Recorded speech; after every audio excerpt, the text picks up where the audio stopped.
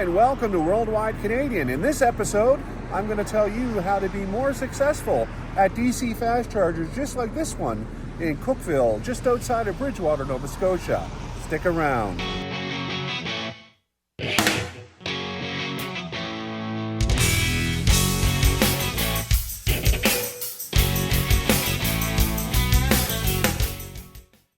I bought my first EV after years of wanting one just a short 6 months ago. My car that I chose is a 2019 Chevrolet Bolt LT, and it has about 95,000 kilometers or just shy of 60,000 miles. I drive a total of an average of 3,500 kilometers or 2,200 miles monthly, so this car fits my needs, and mostly I just love every aspect of the car and the EV life.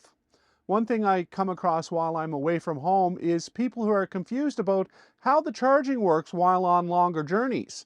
After spending time at all the charging options I have here in Nova Scotia, Canada, I've come up with my list of preferences for getting a consistently good result with fast chargers.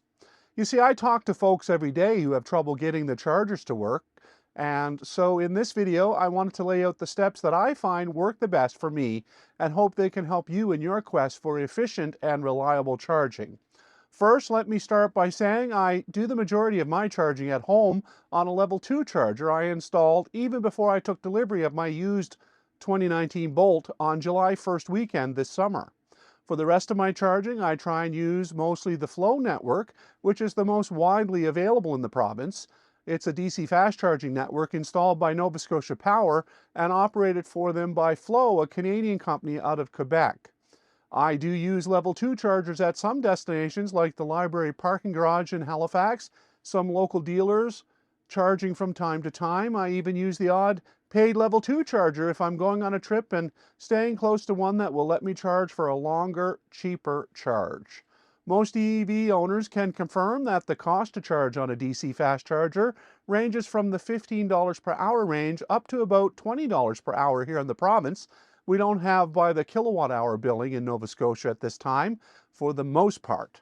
See, this works out to be expensive for me as my Bolt only charges at under 50 kilowatts and close to 30 kilowatts and even lower. This video is not about that, but suffice it to say it's not fast at all, but it works for me and my needs.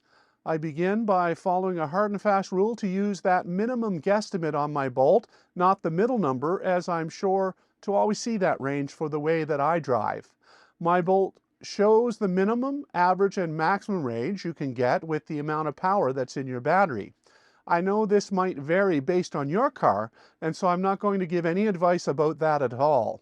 I'm going to lay out the method for how I charge once I am at the charger and ready to start the charge. First, I do make sure to arrive at the DC charger with the lowest percentage of charge on my battery as possible, and I try and leave home with 100% on those days when my trip takes me more than the average range of my Bolt. This way the battery is warm and the charge will be as fast as possible. If you're over 50% in your battery, you won't achieve the fastest charge levels at all, especially during colder winter months. Once at the charger, I open up the app and make sure I am ready to activate the charger. I always make sure that I've downloaded and inputted any payment method and usually have a balance on the service provider account to make it easy in advance of leaving home. I use PlugShare to have a plan where I might be stopping and get a backup spot in mind as well. I also order and have a physical card as a backup to ensure that if the app lets me down, I have a backup. These RFID cards are a great way to activate a charger if all else fails. I also like to make sure my car is off and plugged into the charger before using the app to activate that charge. This makes sure it knows the car is there and the app does not time out before I have a chance to unholster that large plug and get it to plug in, and I always listen for that click and the light on my dash to turn amber. Of course, this could be slightly different for you and your car, but most EVs do this handshake and indicate the status with a light of some sort. Here's what that looks like. So the other method is quite similar, but you just make sure to plug in your car first and then tap your RFID card to the reader. Wait a bit and you should see the car happily charging. Right now the choice of chargers are Flow along most of the main 100 series highways here in Nova Scotia, Petro-Canada chargers at Stewiacke, Nova Scotia and Spryfield, Nova Scotia, and the fast chargers from Tesla, which are mostly in Enfield. There are new fast chargers being installed by Tesla in Yarmouth, and for more information on location and availability of chargers, I suggest PlugShare, which has that information. And it's a crowdsourced app, so all the data is put in there by users like you and I. The last rule before I sign off of this is to read the instructions on the charger and follow the prompts on the screen. I find 9 out of 10 times I have no issues if I just plug in the car and have the app already opened and ready to start the charge.